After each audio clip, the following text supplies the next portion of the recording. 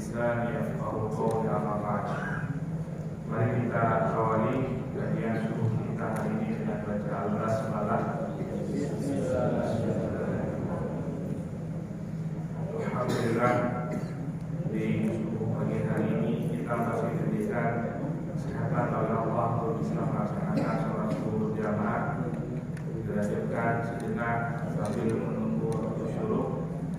Kita kajian pada pagi hari ini. Kita coba angkat sebuah tema yang menjadi kegelisahan kita hari ini. Kegelisahan di mana dulu bagi kita sesuatu yang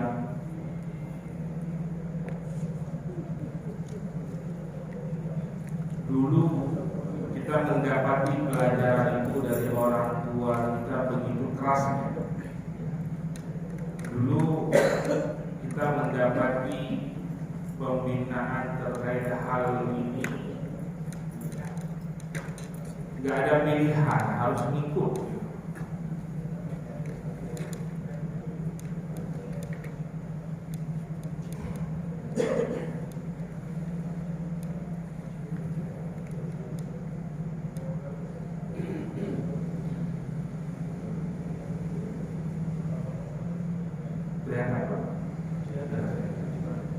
Dulu orang tua kita mendidik kita dalam perkara ini betul-betul dan sungguh-sungguh, nggak tanggung-tanggung. Artinya setiap kali kita bermasalah dalam hal ini pasti dapat langsung teguran keras dari orang tua kita. Itu masalah karakter. Hari ini jadi masalah besar di negara kita, terutama setelah kondisi COVID yang kita lalui beberapa waktu yang lalu. Dan ini jadi PR besar.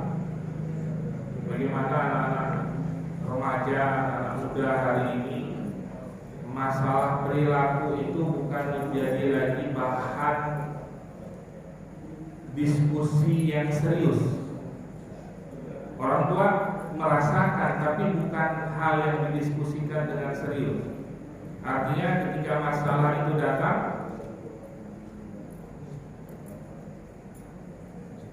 banyak sekali yang menganggap ya sudah, memang ada muda zaman sekarang. Sehingga kata-kata ini sering sekali menjadi masalah ke depannya. Dan hari ini kita lihat bagaimana seorang anak bukan hanya saja memukul orang tuanya, tapi ada yang membakar rumahnya karena nggak dibeliin motor Aerox.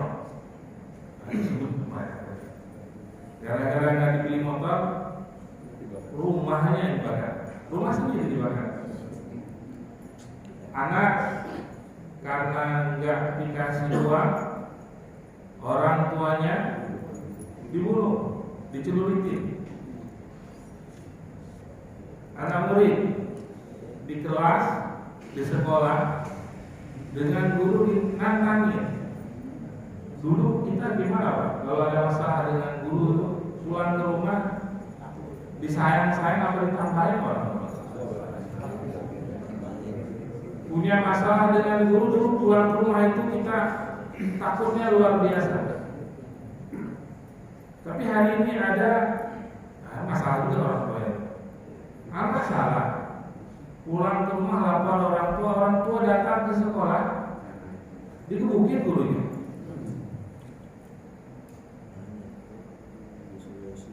Maka masalah ini betul-betul serius sekarang ini di negara kita ini sekarang.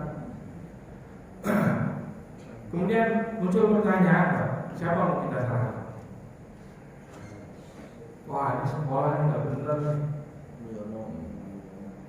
Setuju kalau kita salahin sekolah? Hah? Naikin gaji. undang-undang itu. Undang-undang perlindungan anak. Gara-gara HAM, sehingga kalau guru yang melakukan dianggap pelanggaran HAM, tapi kalau anak melakukan atau orang tua yang melakukan nggak ada masalah. Banyak sekarang yang muncul kan permasalahan, ada guru nggak mukul anaknya, cuma disentil gitu. Memang salah, diperkarakan, bahkan minta ganti rugi sampai puluhan juta. Udahlah gurunya honorer dapat jadi 3 bulan sekali. Benar-benar masalah.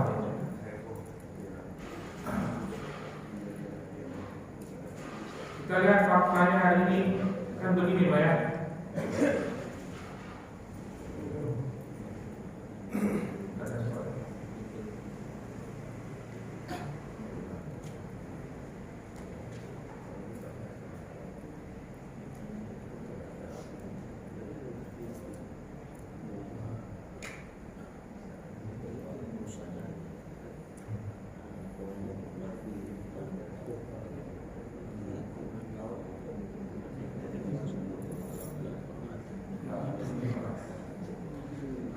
Tawuran ya, tawuran nggak ada kesudahannya.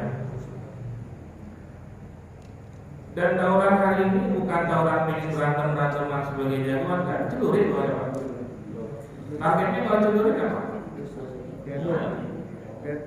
Bagaimana anak bermain? Bahkan bukan hanya anak dulu SMA, sekarang bahkan ada anak SD tawuran, berantem.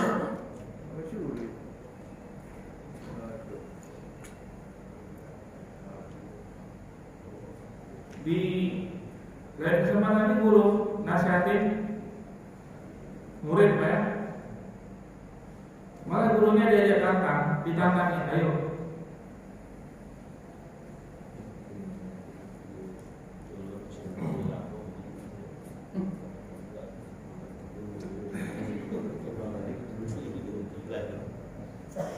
Gurunya ajak berantem.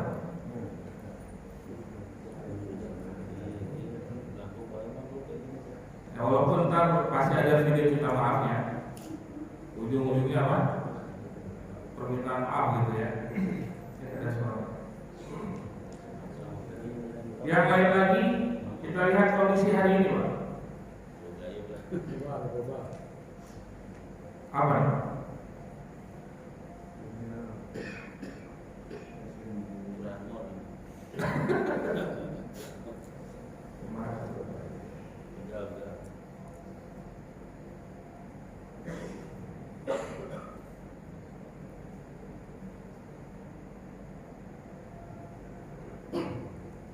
Bendera pelangi Pak.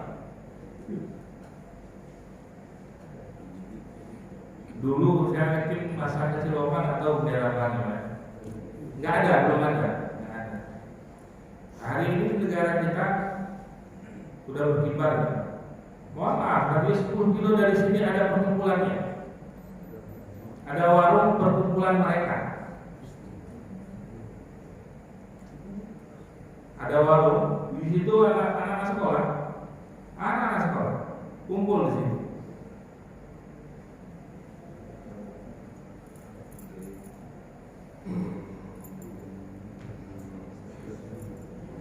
Buka-bukaan dengan nama human right, hak,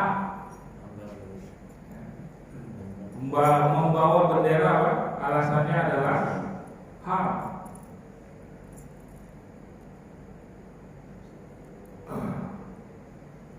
Ada banyak lagi yang lainnya. Nah maka ini menjadi penting banget perhatian kita sama-sama. Karena ketika kita telusur, yang pertama sekali bertanggung jawab itu adalah orang tua. Karena anak itu dilahirkan dan untuk orang amanah bagi orang tua. Hari ini ada lagi nanti orang tua yang mengatakan, kan saya sudah sekolahin, kan saya sudah bayar, kan saya sudah kasih semua yang difasilitasi. Tanggung jawab pendidikan itu sepenuhnya menjadi tanggung jawab orang tua. Adapun sekolah itu hanya substitusinya saja, hanya penambah, menutupi kekurangan yang ada dari orang tua, bukan menggantikan orang tua. Maka kalau ada masalah ini hari ini muncul, yang perlu kita curigai pertama sekali adalah diri kita, orang tua, khususnya suami, kepala rumah tangga. Tidak mungkin ibu-ibu yang bertanggung jawab untuk hal ini, karena karakter itu terbangun karena interaksi anak dengan orang tua. Karakter itu terbangun karena pembiasaan yang dilakukan di rumah. Kita nggak bisa berharap lebih di sekolah, walaupun sekolah ada program-programnya. Ada beberapa sekolah cukup concern pada hal itu, tapi sebenarnya menjadi tanggung jawab utama itu ada di orang tua.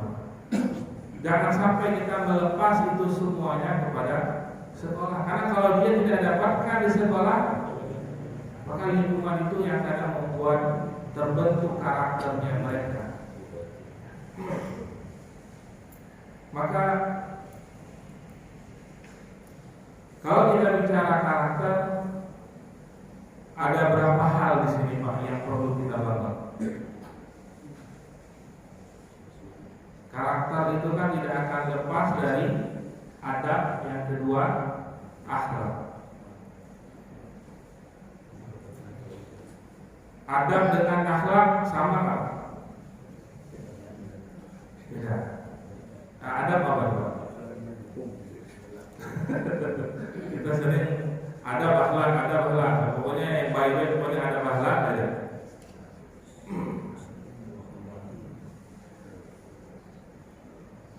Adab itu adalah pembiasaan yang dilatihkan, kebiasaan baik yang dilatih. Seperti misalkan adab ketemu orang tua itu salaman, adab kalau lewatin orang tua itu mungkin badan, adab kalau masuk rumah itu ucapin salam. Banyak sekali. Artinya sesuatu yang dilatih, pembiasaan yang berulang-ulang. Kelihatannya sederhana, tapi bagi kita orang timur itu mahal. Bagi kita hal-hal yang seperti ini mahal. Walaupun mungkin di barat kan. Ada ketemu orang barat beberapa waktu yang lalu, kami ada siswa Australia gitu. Mereka itu penasaran, kami nanya, itu kenapa ya siswanya tiap kali datang cium tangan gurunya. Di kami ya ketemu guru yang begini aja, guru panggil langsung namanya, nggak ada nama bapak, nggak ada nama gurunya Jos ya, Jos, hey Jos, nggak ada tuh bapak Jos atau apa. Kita sampaikan ini ada kita, ada kami begini. Terlihat sederhana, tapi ini akan terbentuk. Kalau nggak dibangun dari waktu kecilnya, maka itu akan susah nanti ketika besarnya. Makanya pendidikan adab nanti akan kita lihat apa kunci utama dalam pendidikan adab. Kemudian akhlak. Akhlak ini adalah buah dari hasil keimanan, nggak bisa dilatih. Akhlak ini dihasilkan buah dari hasil keimanan. Contoh, jujur. Jujur itu buah dari hasil keimanan. Contohnya, nggak bisa itu dilatih sebatas jujur, susah. Tapi yang sudah taat, insya Allah jujur, berani. Wala khaufun 'alaihim wala hum yahzanun. Bagi orang-orang yang punya ketaatan, maka tidak ada ketakutan bagi mereka terhadap apapun.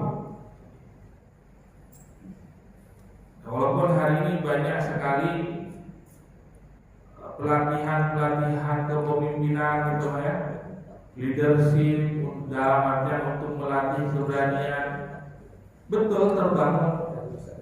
Tapi yang paling kuat menancap dalam hati seseorang ketika keberanian itu dihasilkan dari buah keimanan, ditanamkan dalam dirinya.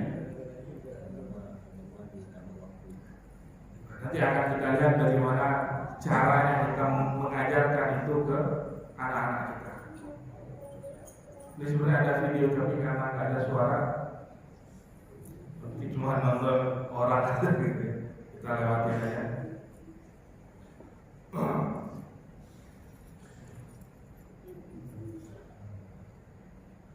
Kemudian kita lihat sudut pandang, ada masalah di mana sih sehingga muncul permasalahan karakter ini. Yang pertama ada di keluarga. Pertama, kita sebagai orang tuanya kurang memiliki ilmu pemahaman terkait pembentukan adab dan akhlak anak. Kemudian karena sibuk, nggak sempat ngurusin yang begitu-begitu, adalah biar sekolah aja yang ngurusin, toh dari bayar ini. Jadi pokoknya anak tahunya ketemu dengan ayahnya minta uang dan saya penuhin itu. Di mindset kita kerja untuk membahagiakan anak dalam segi materinya. Kita lupa kalau bahwa anak itu bukan hanya materi yang mereka butuhkan, tapi juga mereka butuh psikisnya mereka, interaksi dengan ayah. Anak yang punya interaksi bagus dengan ayah, maka dia akan muncul jiwa keberaniannya secara langsung. Dia akan belajar bagaimana bersikap tegas. Dia akan belajar bagaimana memecahkan masalah, memutuskan perkara. Tapi anak yang tidak kurang interaksi dengan ayahnya, jangan salahkan dia ketika dia diminta untuk memilih sesuatu, selalu jawabannya bapak aja yang ini. Ini ada masalah, ya terserah aja lah. Kalau kita mendapati anak kita kondisinya seperti itu, maka kita sebagai ayah banyakin interaksi. Ketika anak nggak berani milih, ketika anak nggak berani memutuskan, ketika anak punya sesuatu dia nggak bisa menyelesaikan masalahnya. Kemudian yang berikutnya adalah mindset hari ini bahwa kan sekolah, kan anak disekolahin biar belajar itu semua. Bersyukur kalau memang sekolahnya concern dalam hal pembentukan akhlak dan adab. Nah, tapi ada berapa banyak sekarang sekolah yang seperti itu. Hari ini kita dihadapkan sekolah yang difikirkan adalah bagaimana anak nilainya bagus. Kalau nggak bagus, gimana cara dinaikin nilainya jadi bagus? Gimana caranya kalau nanti ANBK nilai siswa bagus sehingga sekolah dapat bos kinerja? Ujung-ujungnya lagi materi. Gimana cara ketika ANBK anak didampingi, bukan didampingi, dikasih jawaban. Anak lagi kerjaan soal nih, datang dulu ini jawabannya ini. Lah terus mereka ngapain belajar? Maka fenomena-fenomena begini nih luar biasa hari ini. Udah apa? Kita siswa kita ajarkan tentang kejujuran, tapi ketika pelaksanaan ujian yang bentuknya nasional, ANBK itu sekarang, kalau dulu kan ada ujian nasional, bahkan udah dihapus. Sekarang ada namanya ANBK, Asesmen Nasional Berbasis Komputer. Itu beberapa siswa yang diuji menjadi nilai sekolah. Kalau bagus nilainya, dan itu nggak semua siswa, hanya perwakilan saja, hanya dipilih beberapa anak. Jika nilainya bagus, maka sekolahnya akan punya peringkat tersendiri gitu. Kalau memang nilainya lebih bagus dari sebelumnya, dia dapat pos kinerja, dapat lagi tambahan selain pos reguler. Ujung-ujungnya dana semua. Sehingga orientasi beberapa ada sekolah yang orientasinya pokoknya itu aja. Maka kita sayangkan. Makanya kita jangan berharap lebih. Makanya tanggung jawab dalam pendidikan anak itu sepenuhnya menjadi tanggung jawab kita. Kemudian yang kedua adalah konsep pendidikan di kita hari ini. Teorinya muter-muter. Dari tahun 90-an, dari tahun 80-an sampai hari ini udah ada berapa konsep kurikulum yang kita punya? ada 11. Ada 11 perubahan dari tahun 80 sampai hari ini. Ini hari ini dah mau berubah lagi tak? Padahal kemarin baru dicetuskan tentang kurikulum Merdeka. Nah, terus apa? Oh, kira-kira kalau setelah Merdeka apa lagi? Terus seperti menjadi momok ganti menteri, ganti kurikulum, belum juga jalan. Guru harus musim-musim Pak kemarin Pak. Administrasinya luar biasa. Nah, saya menyaksikan mengalami sendiri. Saya bilang teman-teman, udah tinggalin, nggak usah kerja begini. Udah fokus menjadi tentang pendalaman akhlak anak-anak. Yang begini udah lah. Karena ujung-ujungnya formalitas. Yang diminta adalah apa? Administrasi. Ya udah. Banyak sekarang di link itu administrasi, dan administrasinya kalau ada pemeriksaan sudah bisa lengkapi administrasi. Tapi dalam pelaksanaan jangan sampai apa guru terfokus hanya pada itu. Dari KTSP. Kalau dulu awal-awal CBS apa ya? Nggak tahu zaman bapak mungkin. Ada CBS, ada KTSP, ada Kurtilas. Kurtilas belum selesai. Terus waktu pandemi saya itu ada berapa kurikulum tuh? Ada kurikulum prototipe. Ya sampai akhirnya selesai pandemi muncul kurikulum Merdeka. Kurikulum Merdeka lagi hangat-hangatnya nih. Luar biasa Mas Menteri yang sebelumnya idenya itu aja. Ya, idenya ya guru udah benar-benar serius itu merapinya. Sekarang mau berubah lagi. Yang belum tahu sih berubahnya bagaimana, belum tahu. Tapi wacana di sana, statement beliau apa? Ya ngapain ganti menteri kalau nggak berubah. Nah, statement beliau ngapain ganti menteri kalau tidak berubah. Maka kita sebutkan di Arab Saudi kurikulumnya dari tahun 50 tahun yang lalu sampai hari ini sama.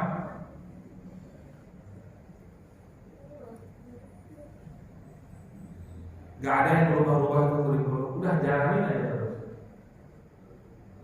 Karena dibuatnya serius, dan yang memutuskannya itu benar-benar ulama yang paham tentang dunia pendidikan, sehingga yang sekarang-sekarang sungkan untuk merubah-rubah itu. Kemudian belum lagi butuh waktu banyak. Harus sekolah formal kita Pak ya. Zaman Nabi ada sekolah formal nggak Pak? Hari ini kita anggap dia itu siap terjun ke dunia pekerjaan, nunggu dari sekolah ya. Kalau dari bawah itu dari PG, TK, SD, SMP, SMA, kuliah. Lulus itu kurang lebih umur 22 tahun. Pertanyaannya, apakah setelah 22 tahun tadi itu selesai S1 sudah mapan? Bapak-bapak yang CEO atau HRD di perusahaan sudah siap belum tuh fresh graduate itu? Belum juga kan? Harus dibina dulu. Kenapa? Fresh graduate waktunya lama. Dan yang menyakitkan lagi apa Pak? Pinter juga enggak, soleh enggak. Ini kan menyakitkan. Udah lama, ujung-ujungnya ya seperti ya udah habisin waktu gitu. Nah, tapi tolong bukan maksudnya itu menjelekkan yang sudah ada Pak ya. Yang bagus kita bilang bagus. Tapi mayoritasnya kita ini jangan masuk dalam untuk hal-hal yang gagal ini. Kemudian yang berikutnya SDM kita Pak. Hari ini guru di kita nih di Indonesia, kalau dokter boleh nggak jurusan mana saja? Orang teknik masuk kedokteran boleh nggak? Untuk pekerjaan tentang apa pertamaran itu orang-orang yang lulusan ekonomi bisa masuk nggak? Maksudnya yang ngurusin ini sudah ke tambang-tambang kan tidak boleh ya. Artinya ada skill ya. Hari ini guru lulusan ekonomi boleh apa? Boleh. Lulusan apa ya? Semua jurusan kalau udah masuk guru udah boleh. Sehingga ada statement apa? Sehingga apa? Kompetensinya hanya sebatas bisa berdiri di depan, bisa ngajar udah selesai. Padahal untuk jadi guru yang paling mahal itu bukan ngajarnya. Ngajar semua kita bisa ngajar. Yang paling mahal itu bagaimana ketika dia berdiri di hadapan muridnya dengan ruhnya. Kalau kami dulu diajarkan sama kiai kami, at-thariqatu ahammu minal madan. Cara mengajar itu jauh lebih mahal daripada isi materinya. Wa nafsul mudarris ahammu minat thariqah. Dan ruhnya guru itu jauh lebih penting daripada cara ngajarnya saja.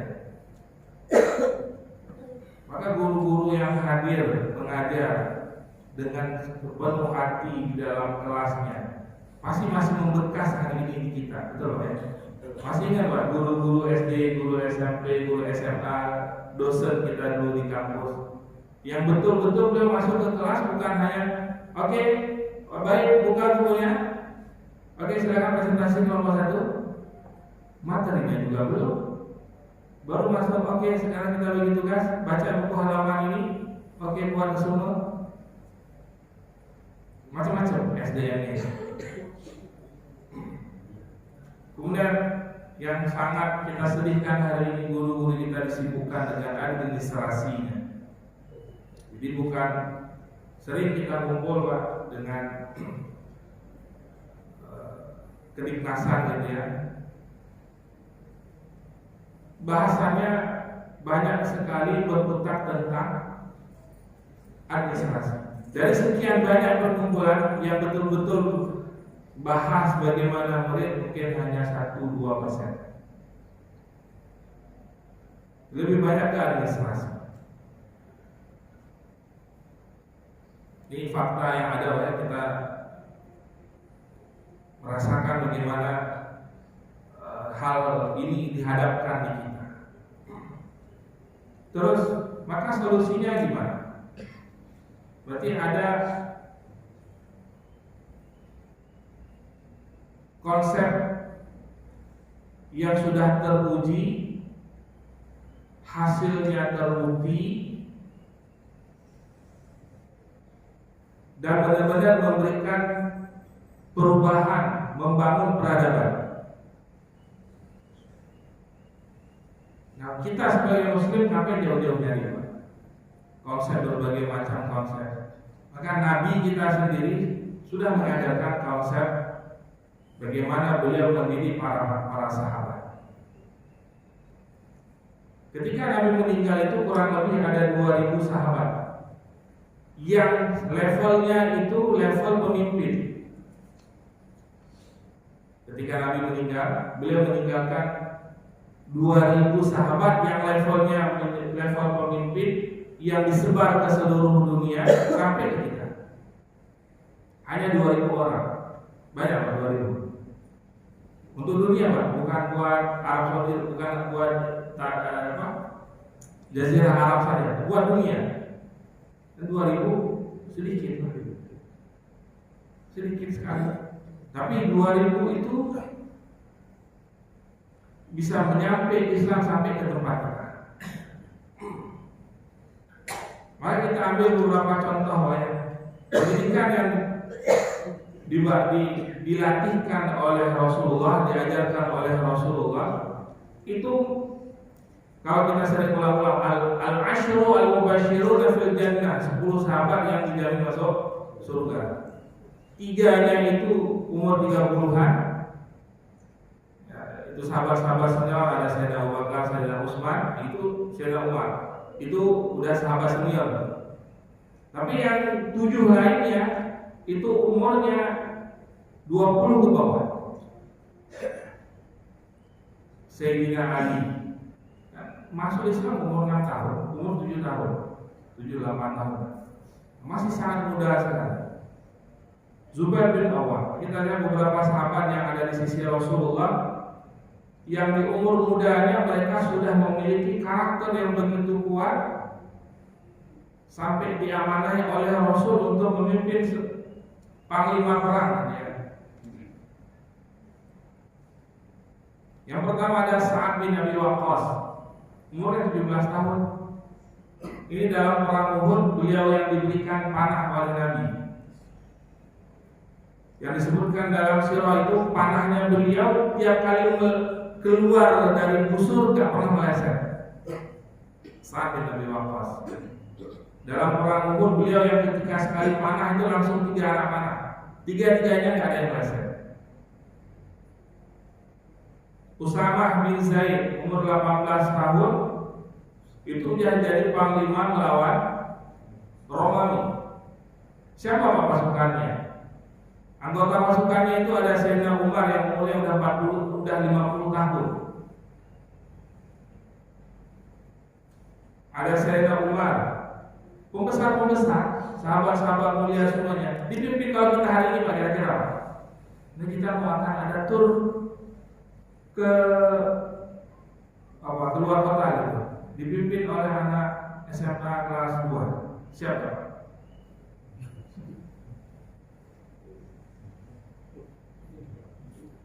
Ragu kelihatannya. Ya udah sabar.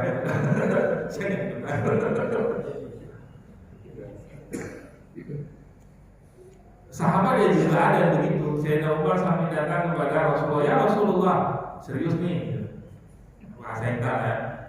Rasul serius nih, mau sama, nggak ada yang lain. Panggil oleh Nabi semua sahabat, duduk sini.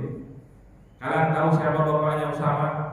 Tahu, Zaid bin Harisah, anak angkat Nabi. Layak nggak kalau bapaknya itu jadi pemimpin? Layak. Begitupun dengan anaknya. Ya, karena ini memang tinggal di lingkungan Rasulullah, dididik, dilatih dengan cara betul-betul Islam, sehingga terbentuk betul mentalnya, keberaniannya. Ketika pasukan ini akan berangkat, baru beberapa jarak dapat kabar Nabi meninggal. Balik pasukannya, Usamah ganti ke Khalifah Sayyidina Abu Bakar. Ketika Sayyidina Abu Bakar tetap melanjutkan apa yang sudah diperintahkan oleh Rasul sebelumnya, udah tetap berangkat ke Romawi. Sahabat tanya, enggak ganti pimpinannya? Kata Sayyidina Abu Bakar, apa yang sudah ditunjukkan, apa yang sudah dipilih oleh Rasulullah tidak akan aku ganti, karena pasti Rasul memilihnya dengan wahyu. Maka berangkatlah Usamah di bawah kepemimpinannya melawan pasukan Romawi. Romawi ini gambaran hari ini banyak menguasai setengah dunia. Siapa teman? Amerika sama Rusia ya. Ini ada dari kampung berangkat dari kampung Cikias semua mau ngalahin Amerika. Kurang lebih begitu Pak yang digambarkan hari itu. Nggak ada yang percaya.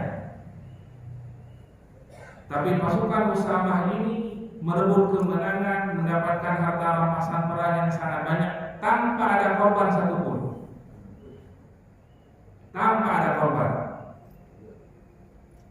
Umur 16 tahun. Maka ketika kembali ke kota Madinah, barulah semuanya hormat sama beliau. Artinya benar-benar menghormati. Ini hasil pendidikan yang luar biasa dari Rasulullah. Zubair bin Awwam 15 tahun, ini sepupu Nabi, anak dari Sofia. Sofia ini siapa? Bibinya Nabi, saudara dari ayahnya. Zubair bin Awwam dalam setiap peperangan beliau paling depan.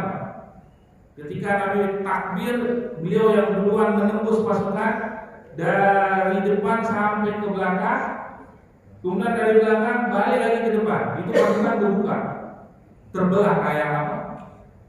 Ya terbelah kayak air gitu. Nggak ada yang bisa menghadang Zubair bin Awwam. Umur 13 tahun. Dalam perang Hunain yang awalnya peperangan ini hampir kalah pasukan muslimin, Karena ada rasa bangga karena pasukan muslimin ketika berangkat ke lembah Hunain itu jumlahnya belum pernah dalam sejarah peperangan Rasul yang jumlah pasukan muslimin lebih banyak daripada pasukan musuh. Pada saat itu musuhnya Hawazin hampir kalah. Sampai akhirnya ketika pasukan Hawazin melihat pimpinan yang mengatakan, kalau kalian dapati di pasukan muslimin itu ada pasukan yang pakai tombak kecil kuning di belakang pundaknya, maka mendingan kita nggak usah lawan, kita mundur saja, karena pasti dia akan menang. Anak 15 tahun Pak. Mungkin kalau tingkat perang Hawazin mungkin umurnya sekitar 20-an. Tapi dia benar-benar dilatih dari kecilnya cukup keras. Mungkin yang ikuti sirah kita lihat bagaimana beliau ibunya Pak ya. Ibunya setiap hari itu dibawa Zubair ini dalam kegelapan kemudian ditinggal. Kalau nangis dipukul.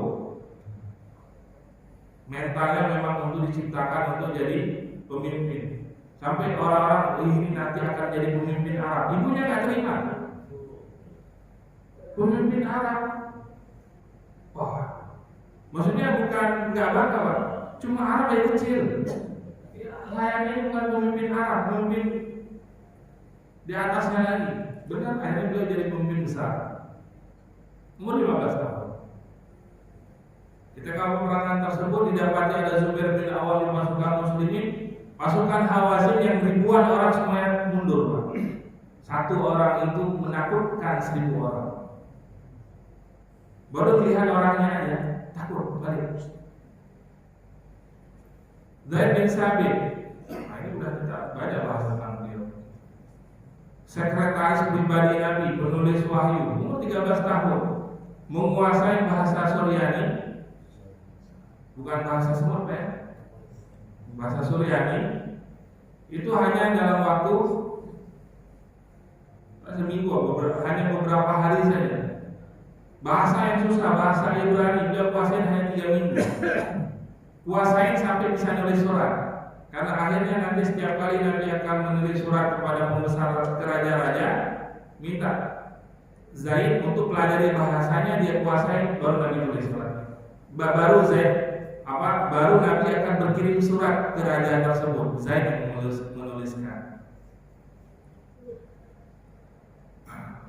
Abdullah bin Abbas, anaknya Abbas, anak paman Nabi, umur 18 tahun, masa Khalifah Sayyidina Umar bin Khattab, udah jadi staf ahli negara.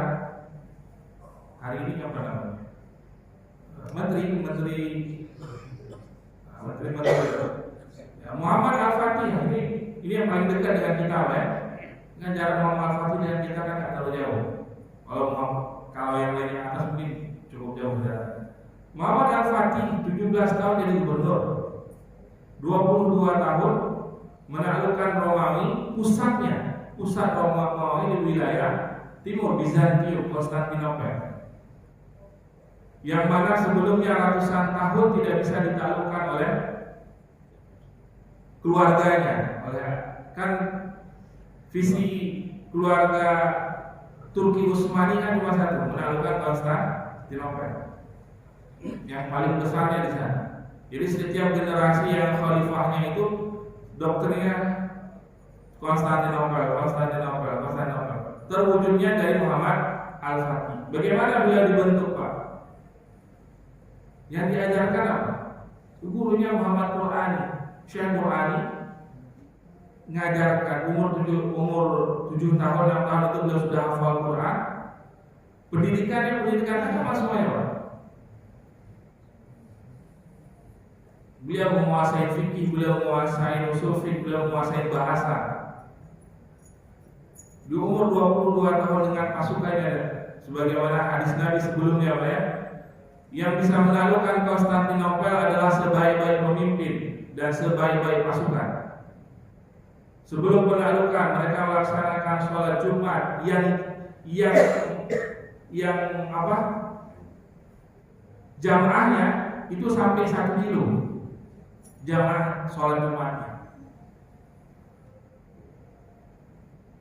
Yang idenya yang luar biasa, karena nggak bisa ditaklukkan lama, hampir mereka putus asa karena ada rantai besar yang menghalang, nggak bisa kapal kaum muslimin menyeberangi rantai tersebut.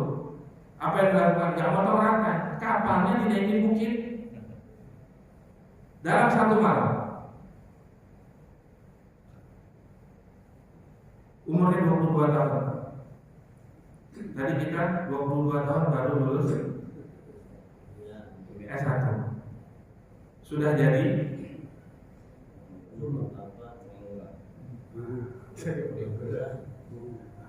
PR Pak kurikulum kita Pak ya. Umar bin Abdul Aziz. Siapa nih Pak Umar bin Abdul Aziz? Cicitnya Sayyidina Umar bin Khattab. Jadi khalifah 3 tahun. Hanya 3 tahun. Ketika masa beliau khalifah, tidak ada satupun rakyatnya yang berhak menerima zakat. Satupun rakyatnya itu kamu terima zakat, enggak, kamu aja, saya yang ngasih ini.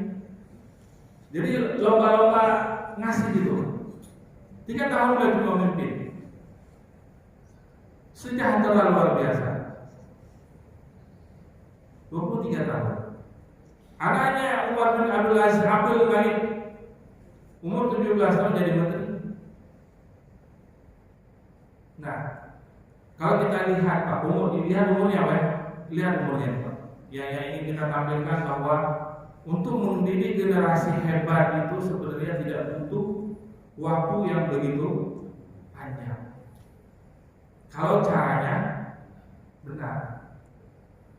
Maka ada kata kuncinya pada pendidikan. 2 kata kuncinya. Pertama, adab sebelum ilmu. Yang kedua, iman sebelum Quran. Ini kunci utama banget. Gimana maksudnya Pak? Adab sebelum ilmu. Hari ini banyak yang berilmu ketika adabnya nggak ada, apa yang terjadi? Kewenangan yang dia miliki malah salah digunakan, dimanfaatkan untuk yang nggak benar. Itu kan hasil dari pendidikannya masa mudanya dulu, orang tua itu. Dari kecil les, pokoknya pulang sekolah les ini, les. Pernah dengar Pak ceritanya? Bukan pernah atau pernah lihat Pak ya? Mohon maaf kalau ada yang seperti itu Pak, bukan salah les enggak. Ketika adab tetap diberikan, pertanyaan di les itu ada dikasih pelajaran adab Pak. Guru les mikirin adab anak? Enggak. Ada yang kalau dapat gurunya benar-benar merhatiin, tapi sedikit gitu. Maksudnya kita sebagai orang jangan berharap banyak di sana. Kalau anak mau di les silahkan, nggak apa-apa. Tapi masalah adab jangan diberikan ke mereka. Kita yang ambil bagiannya. Ketika ada kecil-kecil nih, kalau Sayyidina Ali kan mengatakan fase pendidikan 3, 7 tahun pertama jadikan mereka sebagai raja. Golden age-nya itu benar-benar dididik dalam hal perilaku adab. Berikan tuh semuanya. Kunci utamanya ada di orang tua. Kemudian iman sebelum Quran. Kalau kita hari ini kebanyakan Quran dulu. Apa kata para ulama? Kata sahabat, kami diajarkan iman dulu baru Al-Quran. Ketika kami membaca Al-Quran terkait tentang iman, bertambah keimanan kami. Hari ini kita diajarkan Quran terlebih dahulu. Ketika baca Quran ada ayat tentang iman, hafal. nggak ada rasa, nggak ada terbentuk apa kan di ayat idza apa zadahum iman apa gimana fa idza tuliyat alaihim ayatuhu zadahum iman. Mestinya kan tiap kali kita mendengarkan ayat Al-Quran dibacakan tambah iman. Pertanyaannya apa? Sudah berapa sering kita dengar bacaan Al-Quran amalkan?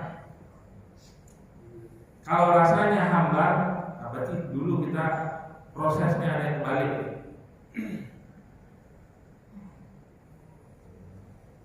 Gimana cara mengajarkannya? Kita masuk di adab dulu. Gimana kita cara mengajarkan adab buat anak? Ini punten Pak yang sudah nggak ada anak kecil, anak saya udah gede-gede bosan. Ya cucunya udah ya. Jangan Pak, ini udah terlambat.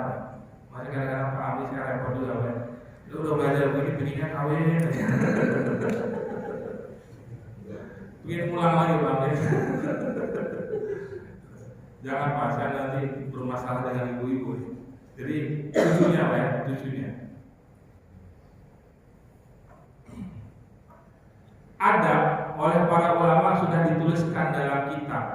Semua adab yang mesti kita dapatkan ditulis dalam kitab Adabul Mufrad. Ini pakai jadi referensi kita. Ini bukunya Pak. Yang bawa HP mungkin bisa scan. Ini ada bukunya. Bukan link bukunya Pak. Link bukunya ada di sini. Ya, kitab Adabul Mufrad itu ada kurang lebih 500 bahasa pendidikan adab untuk anak, dan urutannya itu nggak boleh diloncat-loncat, urut dari awal. Apa materi yang pertama ya Pak? Tentang berbakti kepada orang tua. Bahasanya panjang kan itu tentang bakti orang tua. Ada 10-20 materi. Yaitu nanti kita masukkan ke anak ketika level mereka masih kecil, mereka sayang dulu dengan orang tuanya. Semakin tinggi mereka belajar jangan bantah omongan orang tua. Ada nggak Pak? Anak dinasihatin malah dia kencengan dia suaranya daripada orang tuanya. Gede lagi nanti mulai memberikan perhatian buat orang tuanya. Lebih gede lagi nanti sampai di umur 40 tahun kan ada doanya Pak ya. Kalau udah 40 tahun apa? Salah satu di antaranya apa? Perhatikan orang tua, berbuat baiklah kepada orang tua.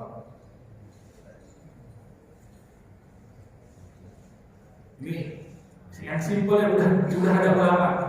Ada ulama karangan Imam Al-Bukhari. Kalau kitabnya itu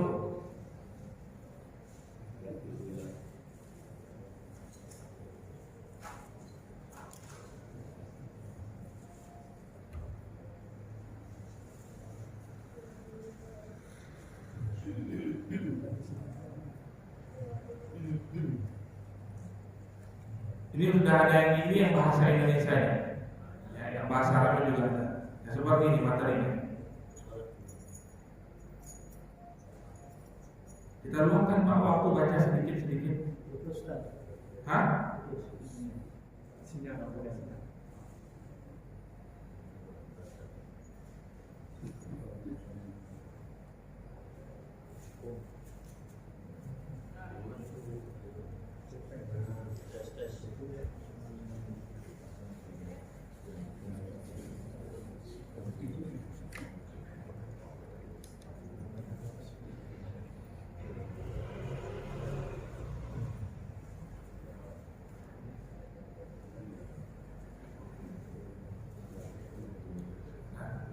Nanti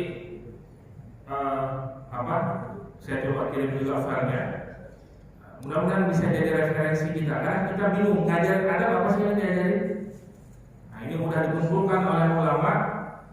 Tinggal kita ngikutin aja. Udah ada bahasanya caranya. Kemudian kita punya referensinya ini. Kemudian yang sangat penting banget Pak, nomor 1 di penting banget. Orang tua ayahnya harus dikagumi. Ayahnya harus dikagumi. Kalau anak udah mengagumi orang tuanya, ayah atau ibunya, itu gampang banget ajarnya. Tapi kalau ini jadi masalah ini kita. Pertanyaannya, sudahkah kita dikagumi oleh anak kita hari ini? Nah, ini PR kita masing-masing, Pak. Kita yang bisa jawab sendiri. Sudahkah anak kita itu mengagumi kita? Bukti dia mengagumi apa? Kalau dia udah dewasa, dia melakukan sesuatu karena lihat bapaknya dulu. Oh, bapak saya dulu kalau ketemu sama ibu begini, cium gitu. Ini ya, lihat bapak ibunya mesra gitu. Dia juga akan ngikutin. Perhatian, lembut, ada ketegasannya juga. Itu muncul kekaguman. Maka kalau ada masalah-masalah dengan anak, cukup hadirkan bapaknya selesai. Tapi kalau orang tuanya belum dikagumi, berat, susah. Agak berat, bukan susah. Ada caranya untuk menyelesaikan masalah, tapi effortnya lebih. Butuh yang pertama apa? Selain kita sudah punya referensi, kita harus dikagumi oleh anak. Anak sederhana supaya mereka bisa mengagumi kita. Hadir setiap kali dia butuhkan kita, atau tidak dibutuhkan, kita hadir untuk dia. Kehadiran kita itu memberikan value buat dia. Hari ini kenapa kita nggak dikagumi? Pagi kita nggak ketemu, malam dia sudah tidur. Hari ini pun kita sibuk masih di kantor. Sehingga apa? Nggak ada waktu interaksi, nggak ada ngobrol-ngobrol tuh. Yang paling gampang kan waktu ngobrol dengan keluarga kan waktu makan, Pak ya. Udah waktu makan nggak ada yang di kamar, nggak ada yang di bawah, nggak ada yang di ruang tamu, udah semuanya di meja makan duduk bareng ngobrol. Ada satu waktu pembiasaan yang kita lakukan di rumah yang semuanya hadir di situ. Anak-anak kita duduk ngobrol diskusi. Itu kelihatan sederhana tapi luar biasa penanaman ke anak. Dia mencontoh betul bapaknya, dia mencontoh betul ibunya. Kemudian yang ketiga adalah masukkan anak kita dalam lingkungan yang baik. Karena su'ul khulqi yu'li. Kalau ada teman yang jelek sifatnya, itu akan nular. Makanya kita butuh juga melihat anak kita temenan sama siapa. Jangan semuanya kita lihat apa semua teman baik, apa ya udahlah biarin anak-anaknya main. Perlu tahu kita anak kita main dengan siapa. Karena lingkungan itu juga mempengaruhi karakter anak. Anak waktu kecil dia selalu akan katakan apakah ibuku, kata ibuku. Dia tambah besar dikit kata guruku. Ada bapak ada di mana? Tambah gede lagi SMA kata temanku. Gede lagi Pak kata aku. Udah kuliah itu udah saya nggak mau. Dia nggak ada ngaruh dengan teman-temannya. Tapi kalau anak kita sampai dewasanya, ntar ya saya tanya ke ayah saya dulu, saya tanya ke ibu saya dulu.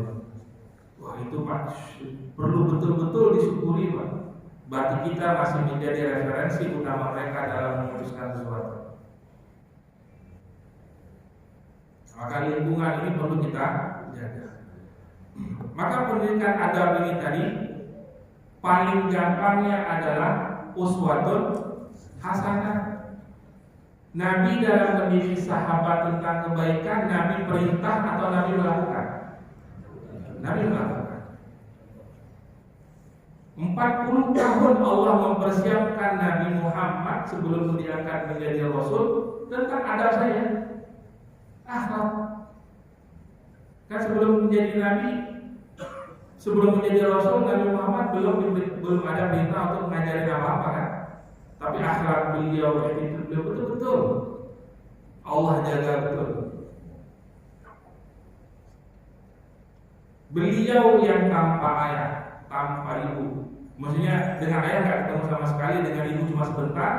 Kemudian dididik oleh kakek, kemudian dididik oleh paman. Artinya kalau hari ini kita sering bilang apa?